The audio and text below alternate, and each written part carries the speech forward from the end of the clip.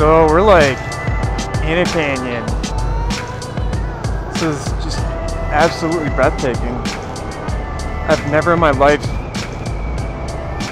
seen anything like this at all. Like, I've seen pictures of Moab, and I remember when I was in college, the first kind of like time I was starting to think about getting into traveling, and like kind of got the, you know, wanderlust or like the urge to see the world, and I really, really wanted to see. Oh my God, look at that! I really, really wanted to see Moab, Utah, because I grew up my whole life in Minnesota, and I really think this place is like the greatest contrast to Minnesota there is. It's because everything is green, white in the winter, blue at the lakes. Here everything's red. It's totally the opposite. And wow, it's absolutely beautiful. There's not much for services out here. It's kind of like being on Mars, I suppose, or it's a whole different world, man.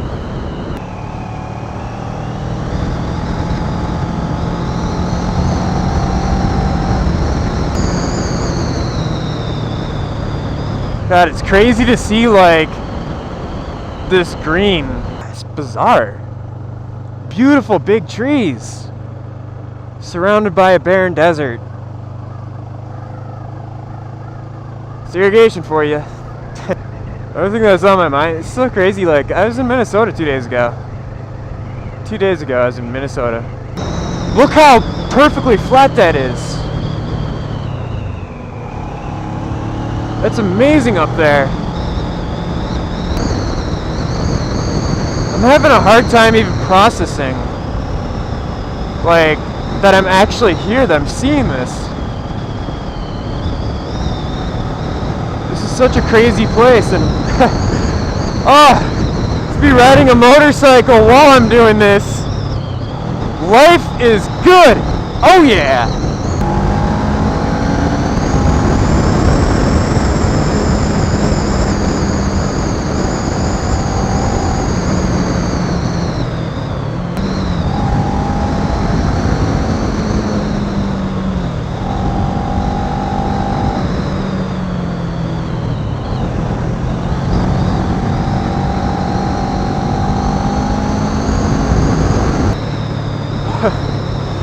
Canyons just keep getting higher and higher.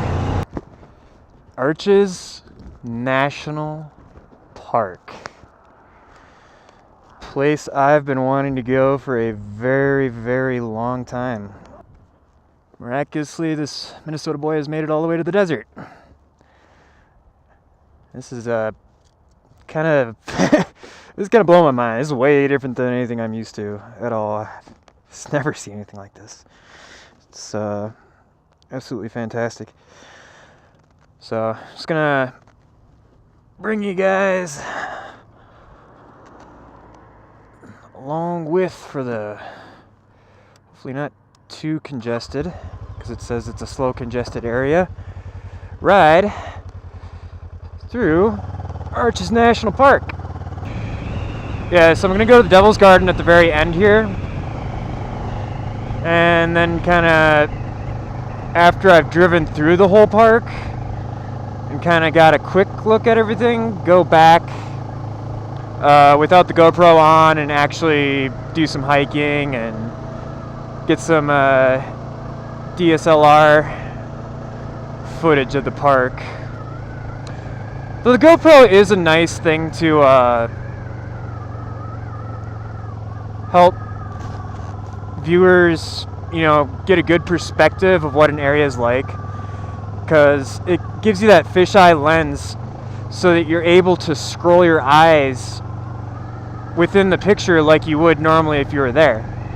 Whereas you know, like a 50 millimeter lens, that's a very popular photography lens because it creates the same like image that you visually see with your eyes you see in 50 millimeters, but what you don't realize is you have your peripheral in addition to that 50 millimeter like image. So what that basically means is you're seeing like you would with a 50 millimeter lens on that fixed area. So you're recreating that fixed area perfectly, but what the 50 millimeter lacks is it lacks peripheral. So it's like you have tunnel vision when you're looking at a 50 millimeter lens. Whereas the GoPro, yes, it's distorted because it is, it's not technically a fisheye, but it's a very wide diameter focus. So the perspective isn't exactly right, but you get, your whole peripheral, so you're able to scroll your eyes around kind of like you're there. I think it's a little bit more natural. I have yet to see an arch yet. I'm excited to see an arch. I don't even understand fully how erosion can do this. Look at that little window through that one. Oh, I love that one. Looks like a big ass boulder on top of a thing. Looks like we're going to kind of a different area here. I kind of thought it was all clumped together. I have to say one thing I'm noticing is like all the plant life here is just super badass. Like when I was drying my rainfly on the tree last night, I was just feeling those branches and they were just freaking rough, like real pointy and jagged. And I was looking at some of the other plants when I was hiking around my campsite last night. It's all just the same thing. I'm looking at these ones now. Like, the desert is just hardcore. Oh, delicate arch. Alright. I think that's the good one. But I Google mapped it, and the southern view of it, what's the correct term for this? Sucks balls. Yeah, that's what it is. It sucks balls to look at from the southern point. So you gotta. I think I'm just gonna go straight to the northern one because you gotta hike either way to get to it. It's interesting that green and red reside so closely to each other in this environment because they're called contrasting colors. What that basically means is like your eyes don't like to see them next to each other, and it's not necessarily that your eyes don't like to see them next to each other, but they're completely across from each other on the color wheel. So what it causes is vibration. So it makes them very alarming and surprising. So take a red card and a green card, primary red, primary green, put them next to each other, and look at the line in between. It'll be uncomfortable. Whereas if you put like red next to orange, it'll be like smooth and like appealing to your eye. But yeah, it's kind of a cool thing. I think that's partly why this is such an alarming place. Picnic area parking only. I got snacks. Does that mean I count as a picnicker? Alright, so just leaving Devil's Garden. Very cool. Those things are cool. That was cool. I think about everything in this park is like worth seeing. Okay, so that's the fiery cauldron or something along those lines. I'll let you know here in just a second, as we'll be riding by the sign. And it's alright. It's kind of like I've already seen so much of this stuff that it's kind of not as cool as like the arches themselves. Like Pine Tree Arch was definitely the coolest one I saw at Devil's Garden.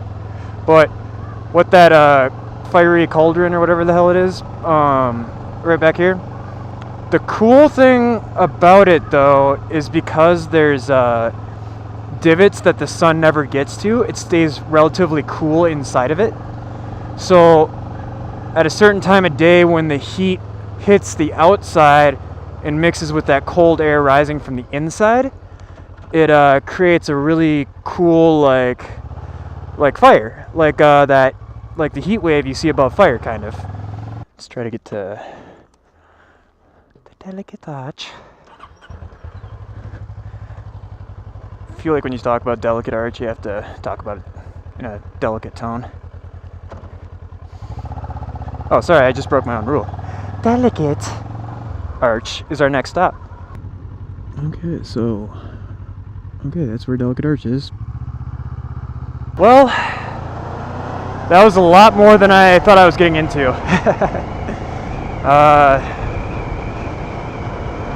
Yeah, it's a pretty brutal trail. It's just really steep, and I'm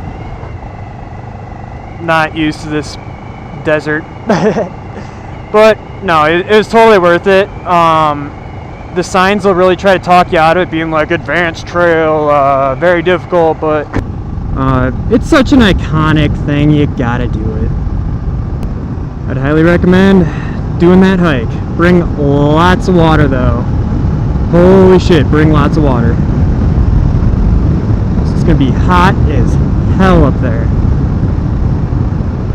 Straight rock, reflecting all that heat right back at you. You're basically hiking on a giant skillet. Also, I saw like one of the coolest animals up there. Something I wouldn't expect either. It's a common raven. I didn't realize how freaking big those suckers are, but absolutely cool bird. And there's a ton of them up there. They squawk at you the whole way. I read the information sign, found out they were ravens. I thought they were just big ass crows that have been eating really well. But no, I guess they're ravens, and they're pretty cool. I'll show you a picture of one here. Boom! Wasn't that cool?